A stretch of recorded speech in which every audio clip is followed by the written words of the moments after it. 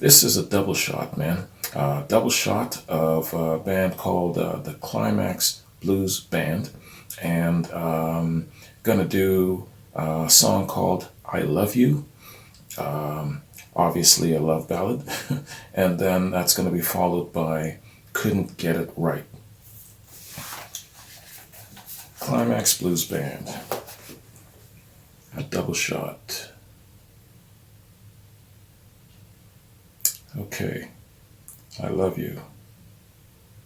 Let's get it.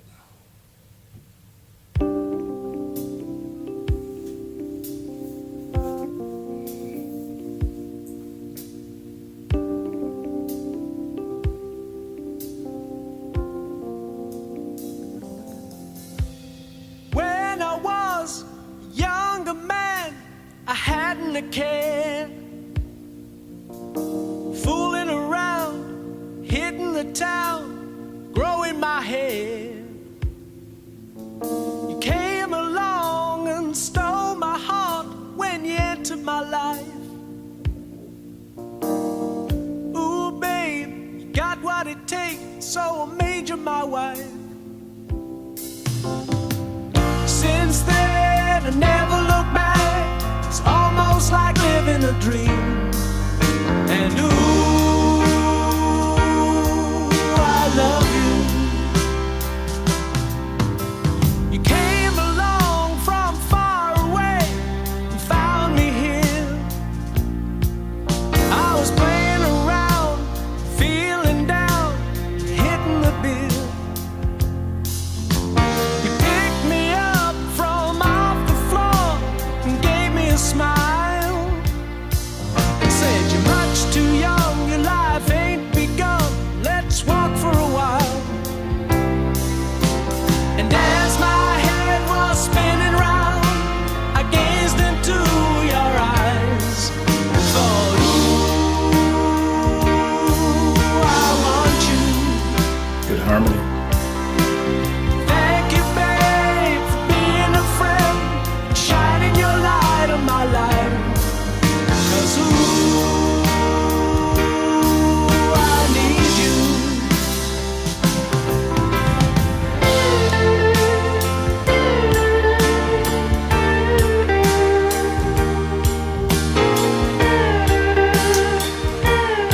He reminds me of the singer from Styx. Sounds like this could be a Styx song.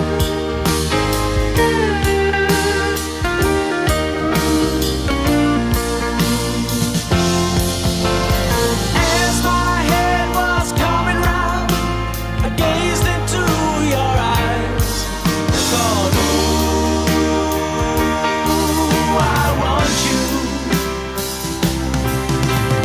Thanks again for being my friend and straightening out my life. 'Cause ooh, I need you.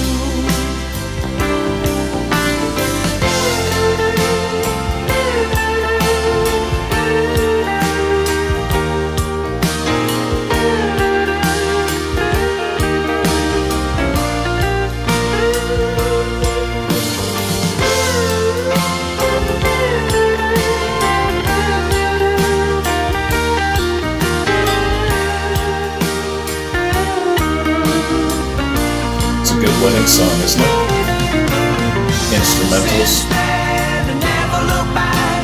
It's almost like living a dream. Ooh, I got you.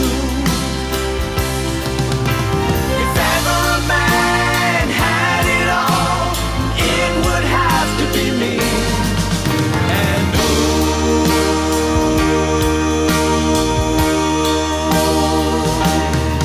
I love you.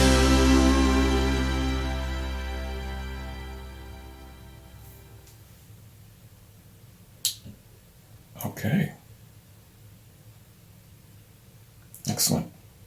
I love you. Climax Blues Band.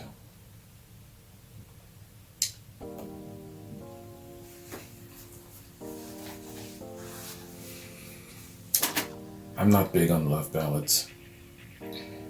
Most of the time I find them sappy and corny as hell. I just can't stomach a lot of them. It makes me roll my eyes. But there are exceptions to the rule. This is an exception to it. Definitely a wedding song if I've ever heard one, man. And yeah, you know, love ballads, they have their place. And I've grown a little bit more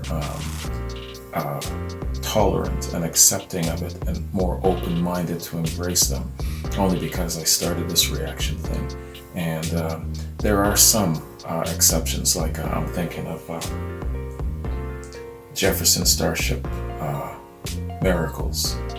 Oh yeah, man. And the Rain song by Led Zeppelin. I gotta say, off the top of my head, that's probably my favorite rock and roll ballad. I'd have to do some research and challenge it, but off the top of my head, I'm guessing that's my favorite. So love ballads, especially in a rock platform, are exceptions to the rule where it comes to me not rolling my eyes. Yeah, this was a good one, man. And I was saying, it reminds me of Styx. I've heard a couple of Styx songs, and I was immediately thinking that this is a song that Styx would probably sing. Yeah. Speaking of Styx, man, I really gotta do some Styx. Send me a list of your favorite Styx songs. Maybe do a quad or something. But they're a legendary band, so maybe, yeah, send me like your top 10 or your top 20. Do a couple of quads of Styx.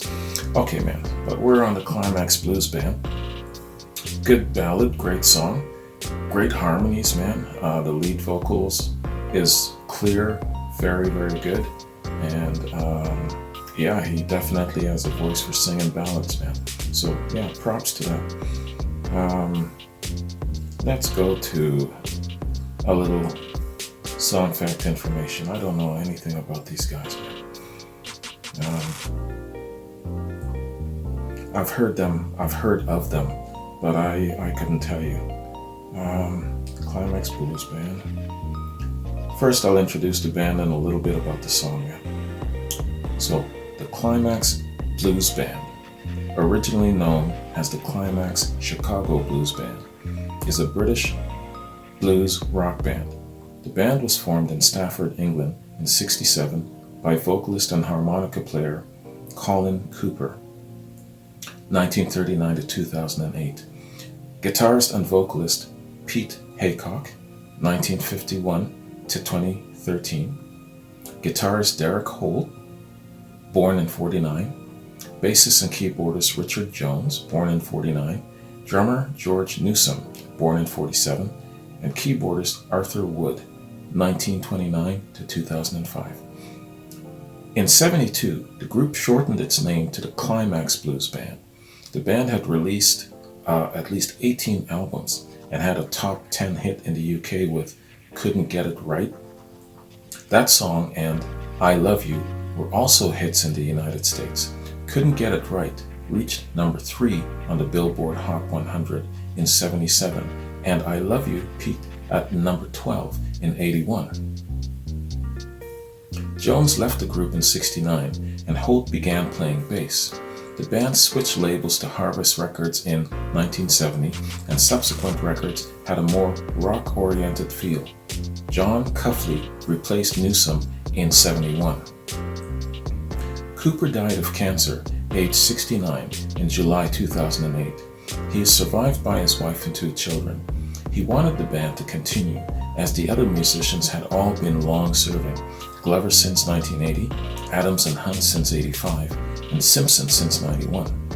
Cooper was replaced by singer and saxophone and harmonica player Johnny Pugh, P-U-G-H, I think that's how it's pronounced, who retired in 2012 and was replaced in turn by vocalist Graham D and saxophone player Chris Aldridge. This lineup continues to tour. Okay, intro of the band, now the song, I Love You. I Love You is a song recorded by the Climax Blues Band in 1980. It was their second biggest hit after 1976's Couldn't Get It Right. entering the US Billboard Hot 100 in February of '81, peaking at number 12 in June and spending 27 weeks on the chart. It ended up being the 20th biggest hit of 1981. On the Cashbox Top 100, I Love You peaked for 2 weeks at number 9. The song also reached number 20 on the Adult Contemporary chart. The song was featured on their 1980 album, Flying the Flag. This song developed a large following and continues to get airplay on many radio stations. It's a pure love song about a woman who enters a man's life and changes his world for the better. The message of love and friendship, along with the line, "You got what it takes, so I made you my wife," made the song very popular at weddings. Yeah, definitely a wedding song. Bass player Derek Holt wrote this song. He told Songfacts, quote, "It was about meeting my first wife. The song was written in my house. After a couple of hours just sitting in my studio, I came up with the words, solo, drums, the whole thing. And I thought, well, it's a lovely song." We had a guy come over from LA, an American producer called John Ryan, who arrived in Stafford to do some pre-production on an album that we were going to record in Los Angeles. So he came to England and spent probably 2 weeks with us, going through all the tracks that we got. And he said, "Does anybody have any more songs?" I'd already played my song to the band, and they didn't really like it. It was a little bit too lovely. So I said to John Ryan, "I've got this song called I Love You." He said, "Well, play it for me." So I plugged in my cassette, played it, then he said, "That's a hit." Just like that. Everybody just sort of looked at each other and said, "Oh, bloody hell." So anyway, we ended up going to Los Angeles, and that song was recorded with just me, the drummer, because the other 2 guys weren't really into it. So it's me, the drummer, and a fantastic keyboard player named Nicky Hopkins. He's since died, unfortunately. He was the sort of legendary keyboard player. He played with the Stones and lots of people like that, and he was great. So it was me, Nicky Hopkins, and the drummer in the studio. We all sat down together and played the bass backing track. Played the basic backing track. I then put the bass on it, sang it, did all the harmonies. Then I got Pete, the guitarist, to play the lead solo, which was the solo that I wanted to be played. So he played the solo reluctantly. Then John Ryan said, "This song needs some strings." So he got a string section in at whatever it cost, which also pissed the other guys off in the band to think that the strings were a big part of my song. Then Warner Brothers arrived to hear all the tracks, and everybody was blown away by I Love You. This song that I believed in, the producer believed in, but none of the other guys did, and it became a hit. And it's just unbelievable that nobody else in the band recognized it other than the producer and me. So the story's quite phenomenal, really. And it's also probably one of the reasons why the band split up in the end, because they weren't into playing it live, and I was. The song was in the charts, we had the tour booked, and the 2 guys in the band said, "We're not going to go to America to promote Derek Holt's career. How's that for faith?" Wow. So they booked on him, just because he had a love song. The Climax Blues Band continues into the 90s without Holt, but they never played this song live. Holt says, "Now looking back 20 odd years, it's bloody sad. It's a very sad tale. You can't even buy any Climax CDs now. You can hardly buy any product. Neither Pete Haycock or Colin Cooper seem to want to have anything to do with me, but I just think it would be nice to have it re-released and maybe have the albums back in the shops again someday." Unquote. Wow, man. So that was the nail in the coffin for the Climax Blues Band. All of that over a damn love song. Wow. A really good love song, mind you, but over a song, man. This is reminding me of that tale about the Yardbirds. when they were going through strifes with Eric Clapton.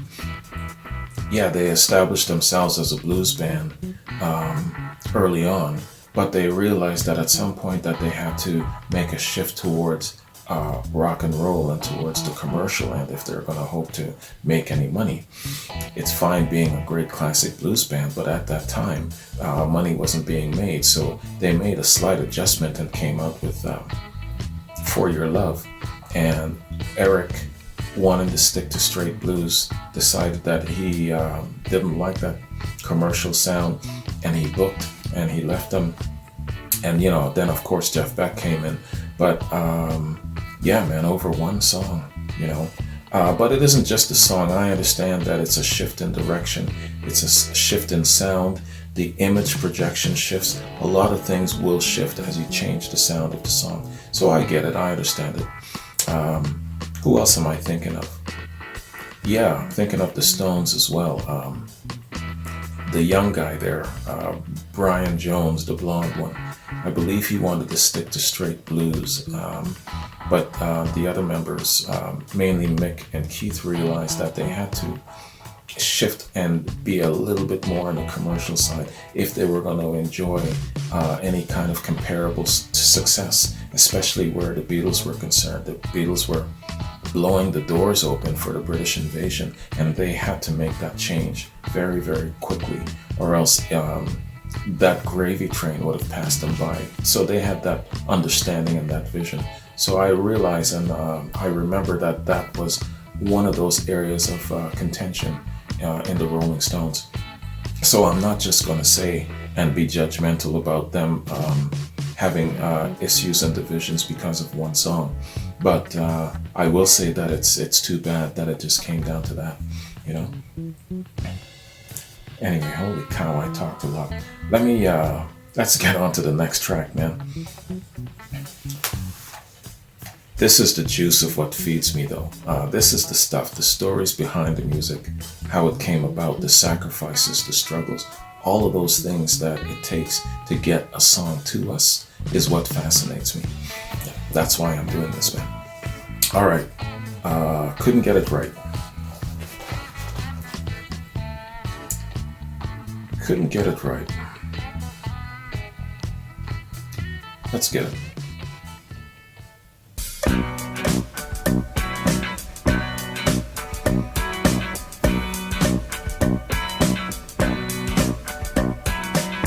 Time was drifting, this rocket got to roll.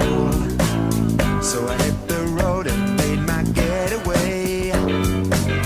Restless feeling really got a hold. I started searching for a better way. Well, I kept on looking for a sign in the middle of the night, but I couldn't see the light. No, I couldn't see the light.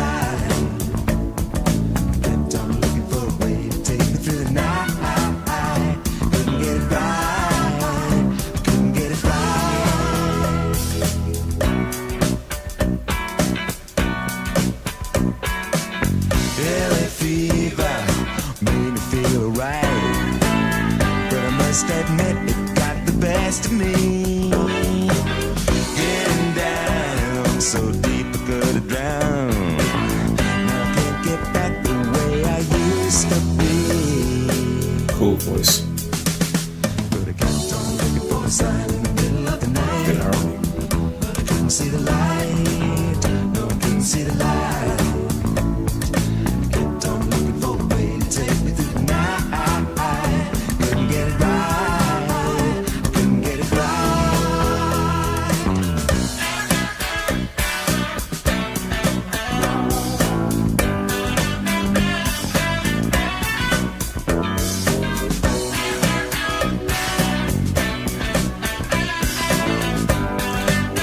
Sexy sex.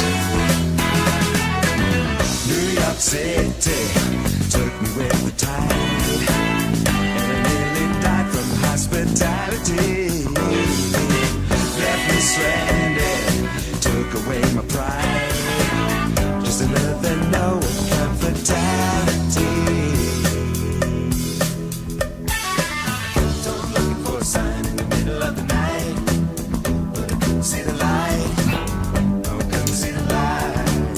Sorry to laugh.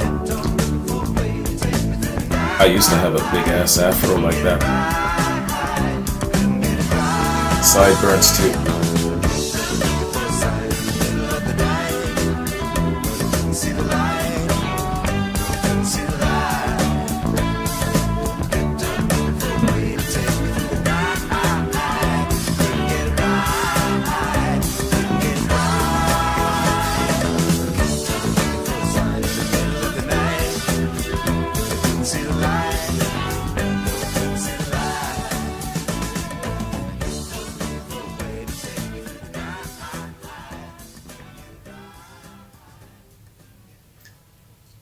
Excellent.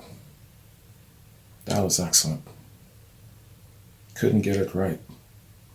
Climax Blues Band.